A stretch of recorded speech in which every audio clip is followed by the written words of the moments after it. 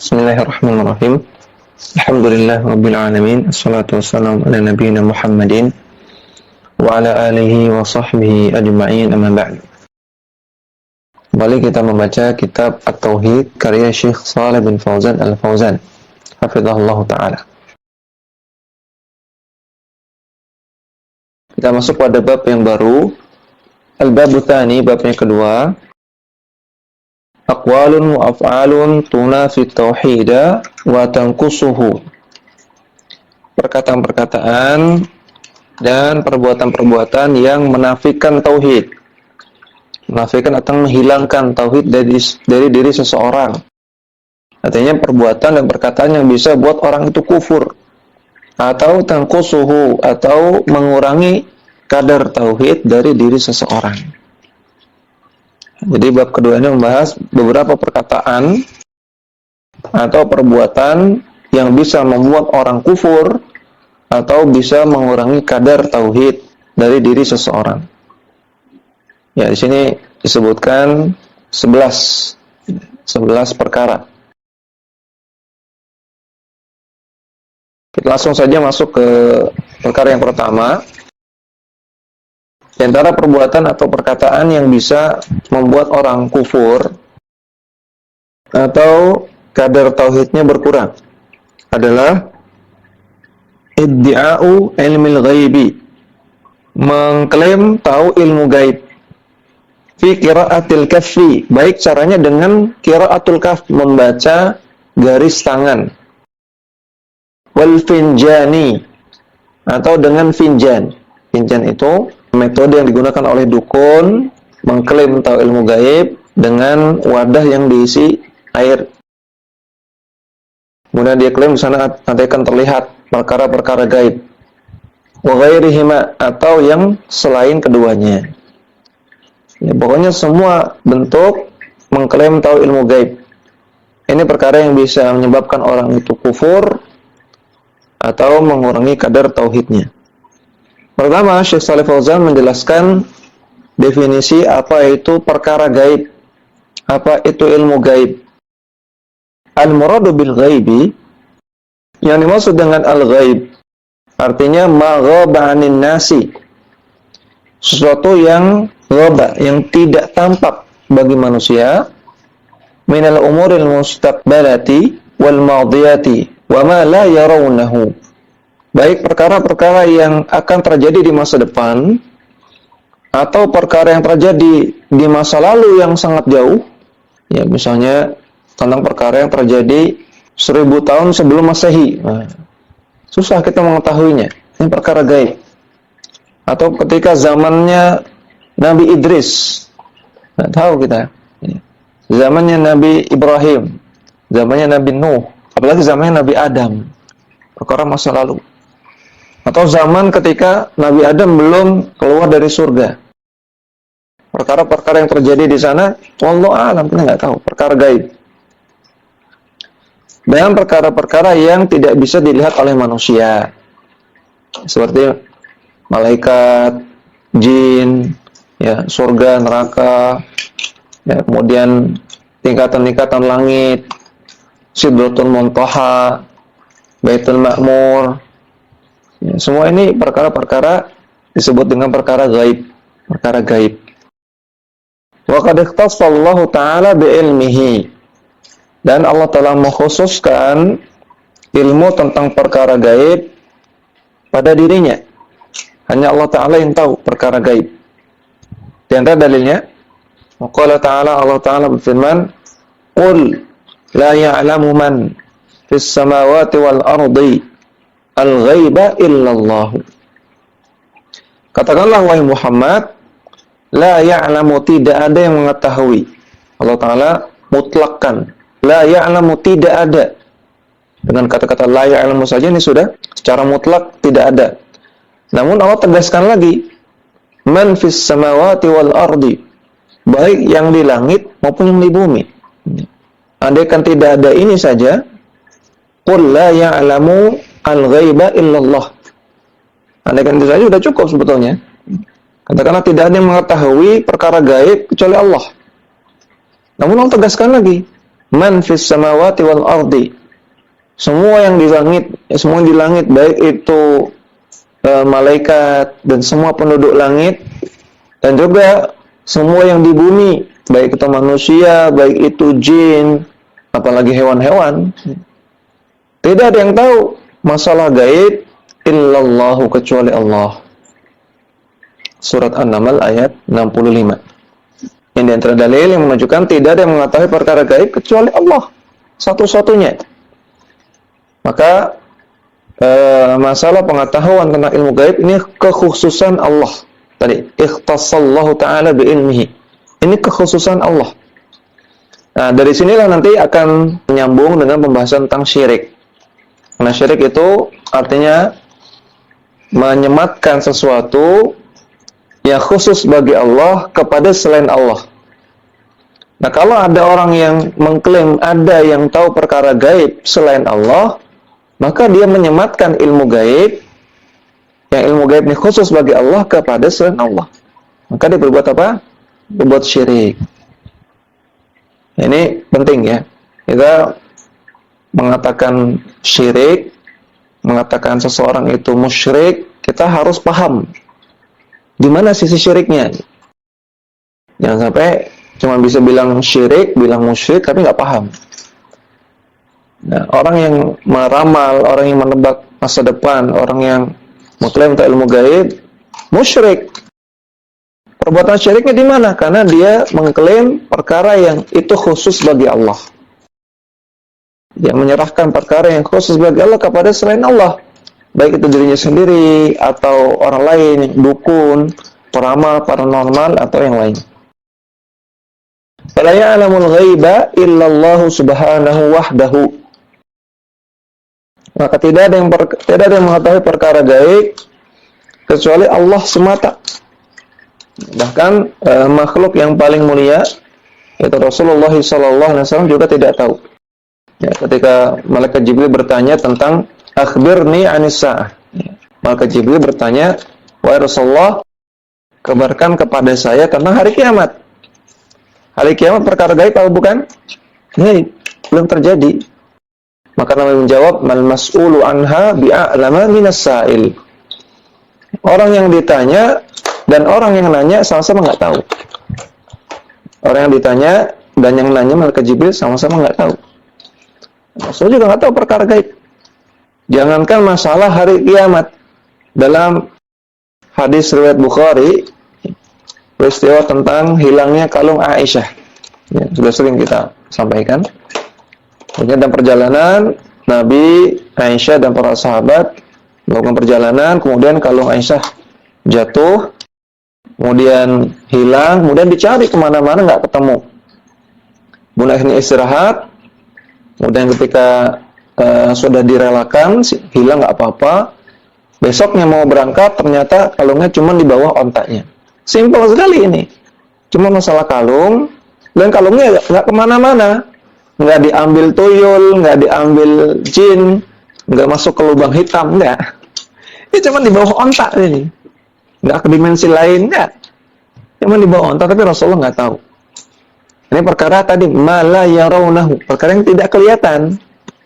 Maka Rasulullah perkara kalung yang hilang saja nggak tahu. Menunjukkan beliau tidak mengetahui perkara gaib. Maka yuttali'u usuluhu ala ma sya'a min ghaibihi li hikmatin wa maslahatin. Atau waqad yuttali'u rusulahu. Dan Allah Ta'ala terkadang menampakkan atau menyampaikan kepada para rasulnya perkara-perkara gaib min ghaibihi, perkara-perkara gaib masya yang Allah inginkan untuk diketahui oleh para rasulnya, li hikmatin wa maslahatin, untuk sebuah hikmah yang besar dan untuk sebuah masalah yang besar. Ya, seperti Rasulullah SAW diberitahu oleh Allah tentang ciri-ciri hari kiamat, asyratus sa'ah, ya, tentang turunnya Dajjal, ya, munculnya Dajjal, turunnya Nabi Isa, munculnya Al-Mahdi, keluarnya Dukhan, keluarnya Dabbah, dan lain-lainnya. Ini terjadi di masa depan. Namun Rasulullah sudah mengetahuinya karena disampaikan oleh Allah, diberitahu oleh Allah Subhanahu wa taala. Namun Rasulullah tidak tahu semuanya, hanya sebagian. Nah, ini karena sebuah hikmah dan maslahah. Kalau kita tahu tanda-tanda hari kiamat, ya maka kita akan takut dan kita akan bersiap-siap, kita akan waspada. Allah Ta'ala, dan Allah Ta'ala berfirman, Alimul ghaibi fala yudhiru ala ghaibihi ahada. Allah Ta'ala yang mengetahui ilmu gaib, dan Allah tidak menampakkan ilmu gaib yang Allah ketahui kepada siapapun, illa kecuali man irtada min rasulin, kecuali kepada orang-orang yang Allah ridhai dari kalangan para rasul. Surat Al-Jin ayat 26 sampai 27. Menunjukkan bahwasanya Allah Ta'ala memberitahukan sebagian ilmu gaib kepada para rasul. Ay la yuttali'u ala syai'in minal ghaibi illa man istafahu li risalatihi. Maksud ayat ini, Allah Ta'ala tidak memberitahu sedikit pun perkara gaib kecuali kepada orang-orang yang Allah pilih untuk mendapatkan risalahnya, yaitu para rasul. Fayudhiruhu ala ma yasha'u minal ghaibi. Maka Allah tampakkan perkara-perkara gaib yang Allah inginkan untuk ditampakkan. Sebagaimana Rasulullah SAW itu bisa mendengar suara siksaan kubur, siksa dalam kubur. Maka Nabi mengatakan, andaikan kalian tidak saling menguburkan satu sama lain, maka aku akan mohon kepada Allah untuk diperdengarkan apa yang aku dengar, yaitu siksa kubur, supaya manusia itu takut, supaya manusia itu ingat mati sehingga dia tidak bermaksiat. Rasulullah pengen memperdengarkan suara alam kubur. Nah, kalau kita mendengar suara alam kubur, kita akan ingat terus kuburan ada di sekitar kita. Ya, sebagaimana keadaan kebanyakan manusia ketika tidak takut kepada kematian, maka lalai, sehingga mereka bermaksiat. Namun kalau diperdengarkan, maka nanti nggak ada orang yang mau ngubur karena takut. Ya, ada orang mati dibiarkan, jadi nggak dikubur karena takut dengan suara-suara di kuburan. Maka kata Nabi, andaikan kalian tidak saling menguburkan, maka aku sudah mohon kepada Allah untuk diperdengarkan apa yang aku dengar. Ya, Nabi mendengar perkara gaib. Li'annahu yastadillu ala nubuwatihi bil mu'jizati allati minha al-ikhbaru 'anil ghaibi.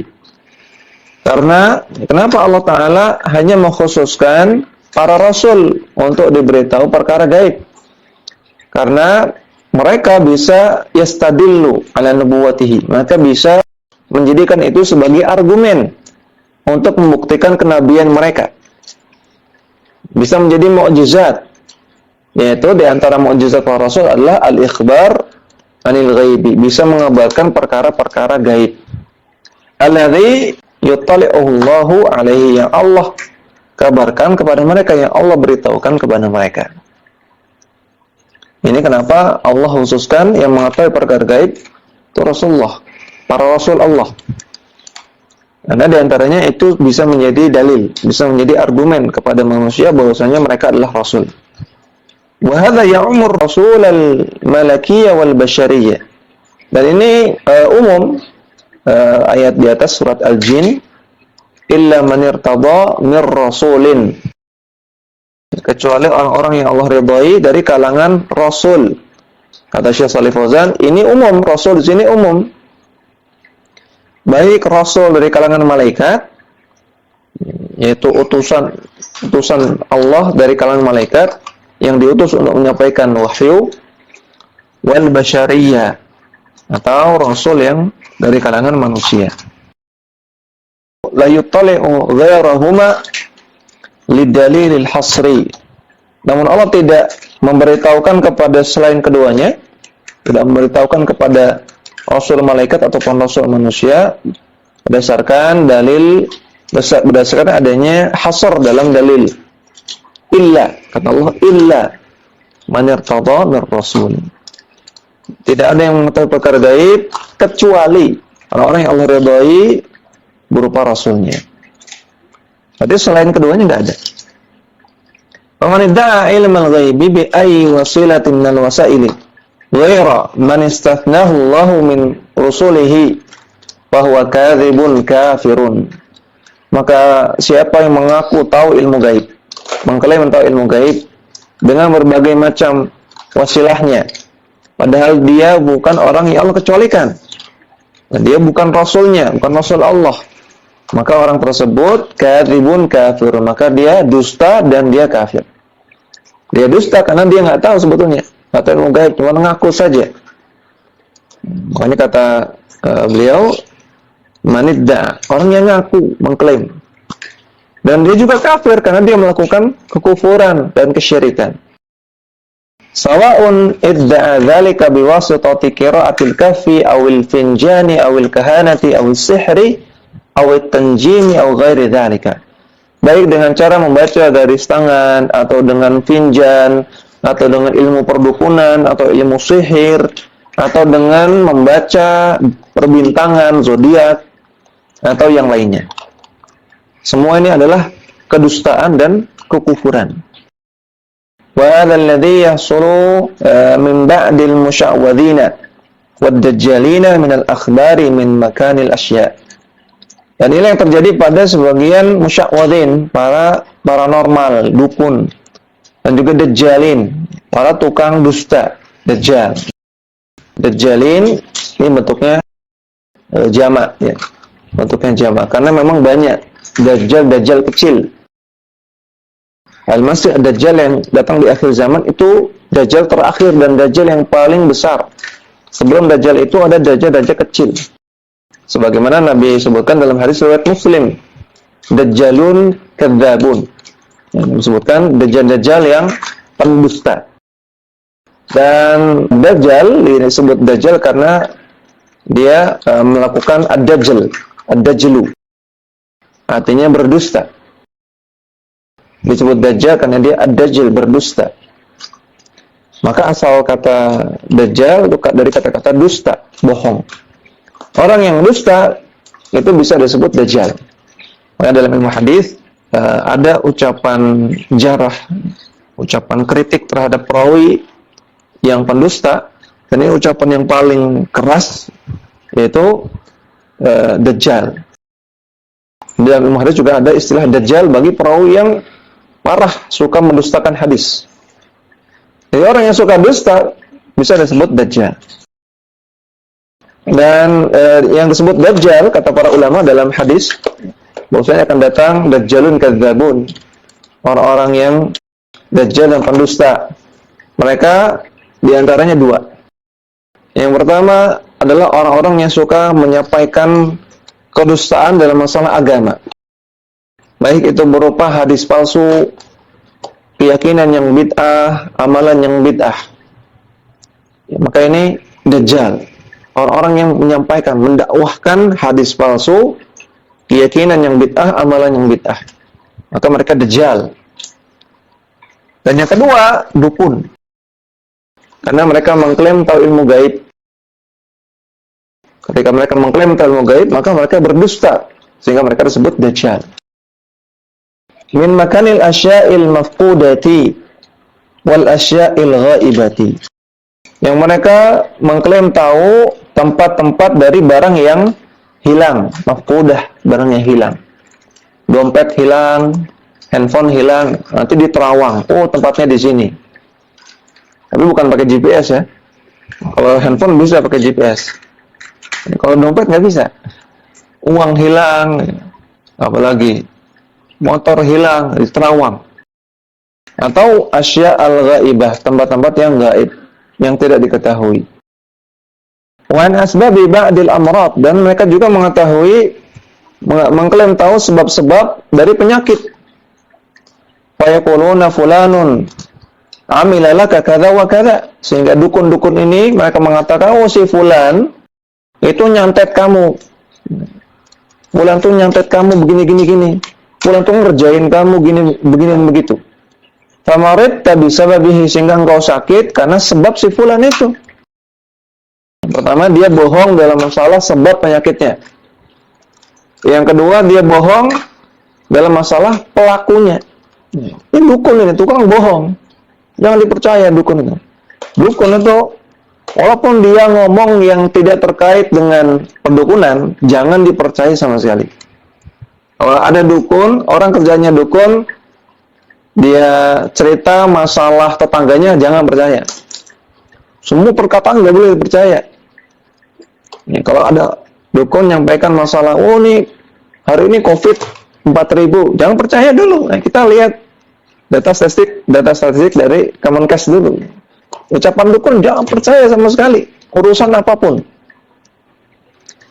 Ya, jadi kalau ada dukun bilang, oh ini penyakitnya gara-gara ini, pelakunya ini, maka semuanya dusta. Innama huwa listikhdamil jinni wasyayatin. Dia, dukun ini menggunakan jin dan menggunakan setan.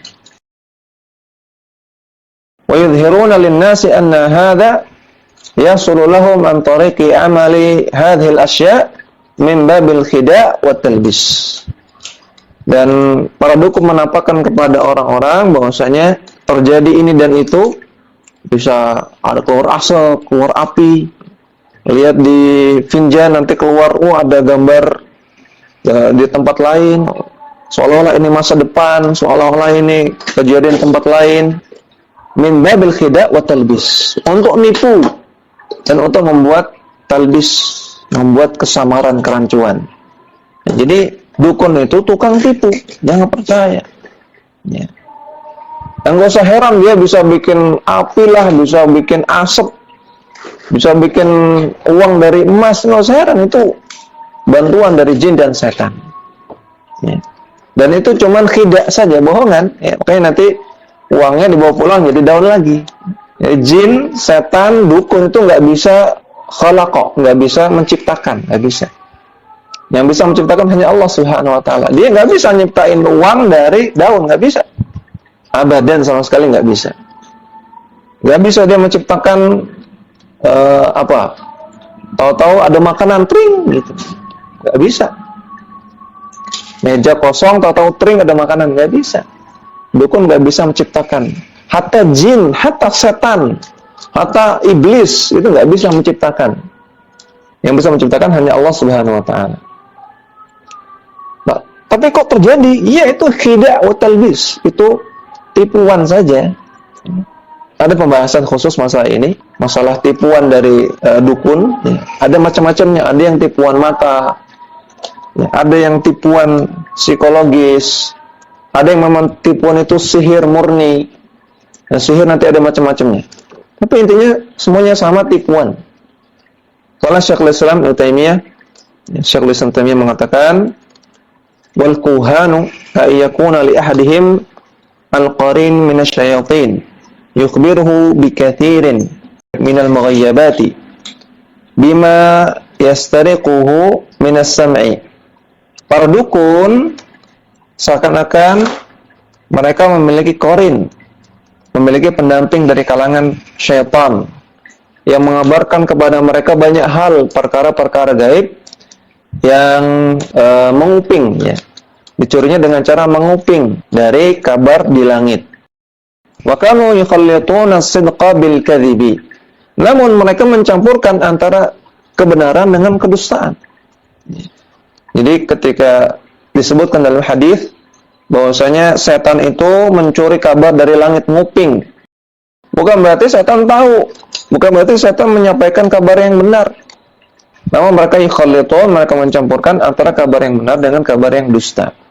Ila an qala, sampai Syekhul Islam mengatakan, ya, perkataan sambungannya, kelanjutannya, Ibnu Taimiyah mengatakan, wa min haula'i, di antara mereka, man ya'tihi syaitan, di antara para dukun ada yang datang kepada setan bi at'imatin, dengan membawa makanan-makanan, fawakih wa halwa wa ghairu dzalika, buah-buahan, kembang gula, manisan, dan makanan-makanan yang lain.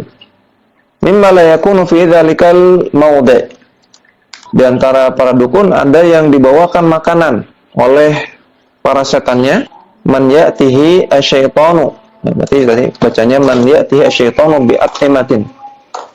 Ada setan-setan yang membantu dukun sehingga membawakan makanan untuk para dukun. Nah, tadi kok bisa dukun itu memunculkan makanan tring gitu, padahal dukun nggak bisa menciptakan. Nah, ini karena setan yang bawakan buah-buahan, manis-manisan yang lainnya yang la yakunu fi dzalikal mawdi', yang tidak ada di tempat itu. Suatu daerah nggak ada buah pir, tapi dia bisa ngadain buah pir. Buah pir. Suatu daerah yang tidak ada burger gitu ya, karena pedalaman nggak ada burger, tapi bisa dimunculkan burger. Karena setan yang bawa. Nah, wa minhum man yatiru bihi al-jinni ila Makkah au Baitul Maqdis. Ada di antara dukun yang dibawa terbang oleh jin sampai ke Mekah atau sampai ke Baitul Maqdis. Wa ghairihima atau contoh-contoh yang lain. Intinya mereka dibantu sama jin. Makanya kalau kita dengar orang ditanya, kenapa nggak sholat Jumat? Oh, saya sholat Jumatnya di Mekah. Nah, ini mungkin dibawa sama jin itu. Sholat Jumatnya di Mekah dibawa terbang sama jin. Dia berarti temannya jin, temannya setan.